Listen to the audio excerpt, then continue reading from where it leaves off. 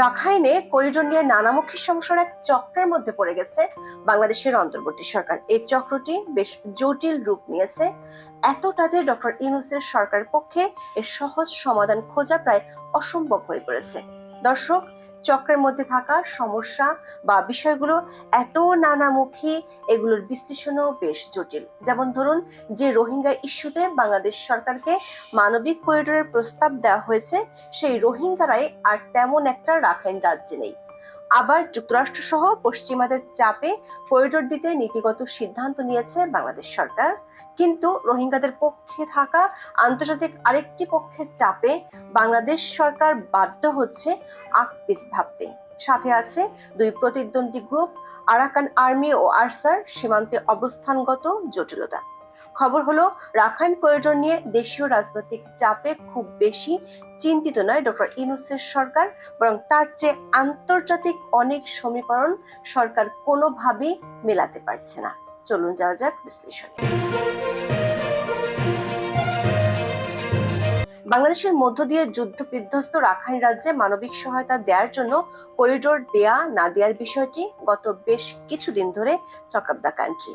সবশেষ বাংলাদেশ সরকারের জাতীয় নিরাপত্তা উপদেষ্টা জনাব খলিলুর রহমান বলেছেন, বিষয়টি মানবিক করিডোর নয়, মানবিক সহায়তা চ্যানেল, যে চ্যানেলের মধ্য দিয়ে রাখাইনে সহায়তা পৌঁছে যাবে। তিনি দাবি করেছেন, এ নিয়ে কোনো পক্ষের সঙ্গে সমঝোতা বা চুক্তি হয়নি। তবে অন্তর্বর্তী সরকারের পররাষ্ট্র উপদেষ্টা 28 এপ্রিল বলেছিলেন, মানবিক সহায়তা প্যাসেজ দিতে বাংলাদেশ নীতিগত সম্মত হয়েছে।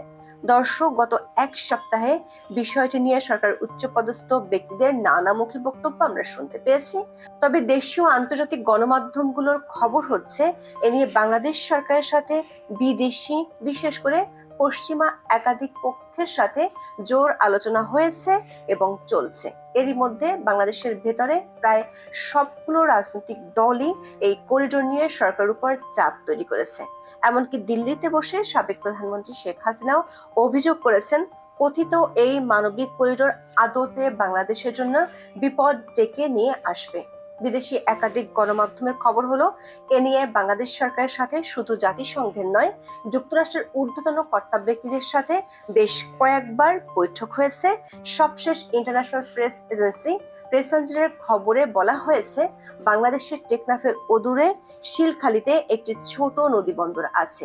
এই বন্দরে মানবিক সহায়তার জন্য রসদ ও সরঞ্জাম মোতায়েন করবে। সংবাদ সংস্থাটি দাবি করেছে, এই শিলখালী এখন বাংলাদেশের সেনাবাহিনী দ্বারা সুরক্ষিত, এখানে বেসামরিক নাগরিকরা যেতে পারে না। প্রেসেঞ্জারের খবরে আরো বলা হয়েছে, যুক্তরাষ্ট্রের হাওয়াইতে আছে United states of the Pacific বা USARPAC। তারাই মূলত রাখাইন রাজ্যের বাস্তুচ্যুতদের জন্য মানবিক সহায়তা দিবে। রিপোর্টটিতে বাংলাদেশ সরকার একজন সিনিয়র কর্মকর্তার বরাত দিয়ে বলা হয়েছে, বাংলাদেশ সেনাবাহিনী শুধু জাতিসংঘের পরিচালনার জন্য রসদ সরবরাহের সুবিধা দেবে। প্রেসেঞ্জারের খবরে আরো একটি তথ্য দেওয়া হয়েছে, সেটি হলো 2 সপ্তাহ আগে বাংলাদেশ সফররত ইউএস এর ঊর্ধ্বতন কর্মকর্তারা ইউনাইটেড লিগ অফ আরাকান বা ULA এবং চাইনিজ ন্যাশনাল ফ্রন্ট বা CNF এর প্রতিনিধিদের সাথে বাংলাদেশে গোপন বৈঠক করেছে। ULA হলো আরাকান আর্মির রাজনৈতিক জোট, আর CNF হলো মিয়ানমারের আরেকটি সশস্ত্র গ্রুপ, চীন ন্যাশনাল আর্মির রাজনৈতিক জোট। ওই জোট আবার অং সান সুচির CFNU এর সদস্য।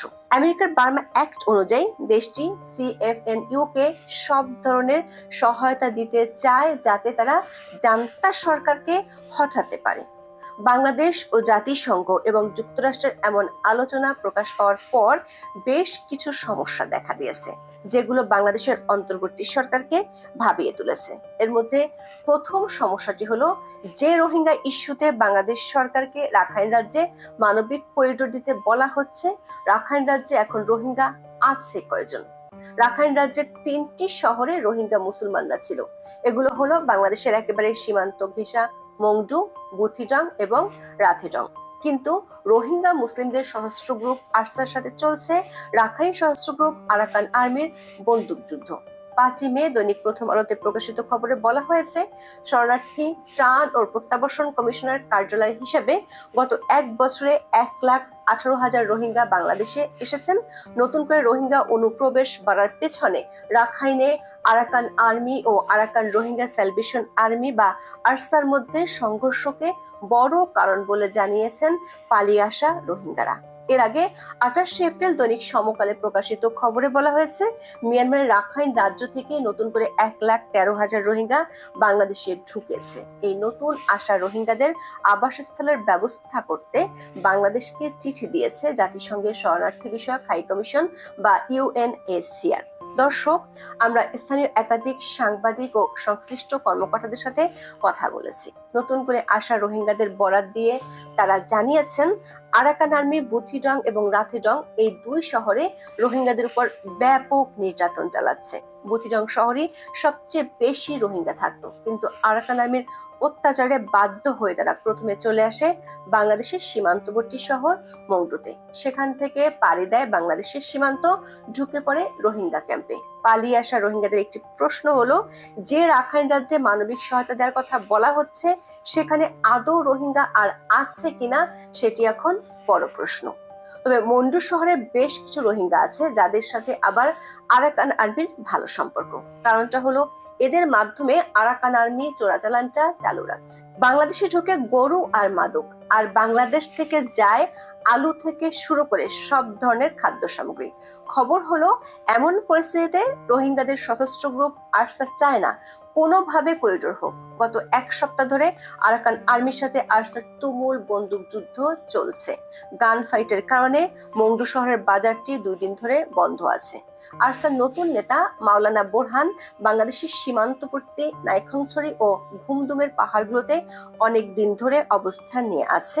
এখানে একটি বড় প্রশ্ন হলো, শিল খালি হয়ে সড়ক পথে মানবিক সহায়তা পাঠানো হয়, তাহলে বাংলাদেশ মিয়ানমারের এশিয়ান হাইওয়েটি ব্যবহার করতে হবে। কিন্তু এটির এক পাশে ঘুমদুমের পাহাড়গুলো, যেখান থেকে আরসা আক্রমণও চালাতে পারে। এ কারণে এই করিডোরের নিরাপত্তা নিয়ে বাংলাদেশ সরকারকে ভাবতে হচ্ছে। এমনিতেই বাংলাদেশের রোহিঙ্গা ক্যাম্পগুলোতে আরসা, আরএসও সহ একাধিক গ্রুপের দখলে আছে। এই যে ম্যাপটি দেখছেন, এটিতে দেখা যাচ্ছে রোহিঙ্গা ক্যাম্পগুলোতে কার অবস্থান কেমন। 14, 4X এবং 8W এই 3টি ক্যাম্প পুরোপুরি আরসার দখলে। ফলে নিরাপত্তার সমস্যা হলে তখন এর প্রভাব ক্যাম্পগুলোতে পড়তে পারে। দর্শক, বাংলাদেশের অন্তর্বর্তী সরকারের জন্য আরেকটি সমস্যা হলো, আরসা ও রোহিঙ্গা নেতাদের আন্তর্জাতিক যোগাযোগ খুব শক্তিশালী। বিশেষ করে মধ্যপ্রাচ্যের বেশ কিছু দেশের সাথে তাদের সার্বক্ষণিক যোগাযোগ আছে। একাধিক গণমাধ্যমের খবরে এর মধ্যে এসেছে যে যুক্তরাষ্ট্র মিয়ানমারের জান্তা সরকারকে শেষ করার জন্য আরাকান আর্মিকে সহায়তা করতে চায়।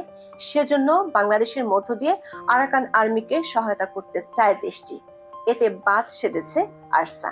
আর আরসার হয়ে বাংলাদেশ সরকারকে চাপ দিচ্ছে মধ্যপ্রাচ্যের এমন কিছু দেশ যেখানে হাজার হাজার বাংলাদেশি শ্রমিক কাজ করে। ফলে আন্তর্জাতিক দিক থেকে ডাবল প্লেট সমস্যায় পড়েছে বাংলাদেশের অন্তর্বর্তী সরকার। এসব সমস্যার মাঝে মিয়ানমারের জান্তা সরকার সহ চীন, রাশিয়া ও ভারতের মতো পরাশক্তির সাথে প্রক্সি ওয়ারে জড়িয়ে পড়ার আশঙ্কা তো আছে। তবে বাংলাদেশ সরকারের জাতীয় নিরাপত্তা উপদেষ্টা জনাব খলিলুর রহমান দাবি করেছেন, তার সরকার কোনোভাবেই মিয়ানমারের সাথে প্রক্সি ওয়ারে জড়াবে না।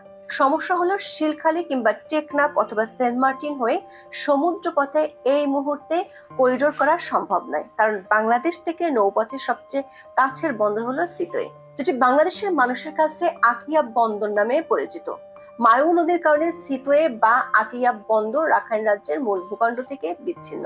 আবার রাথিডং-এর পরে পুডং থেকে পুরো এলাকাটি মিয়ানমারের জান্তা বাহিনীর দখলে। তাদের সাহায্য করছে আরসার একটি গ্রুপ। আবার সিতোয়ে বা কিয়াকু বন্দরকে রক্ষার জন্য আছে চীনের বাহিনী। এমন পরিস্থিতিতে সমুদ্রপথে ঢুকতে গেলে মানবিক সাহায্যকে সহস্র বাধার মুখে পড়তে হবে।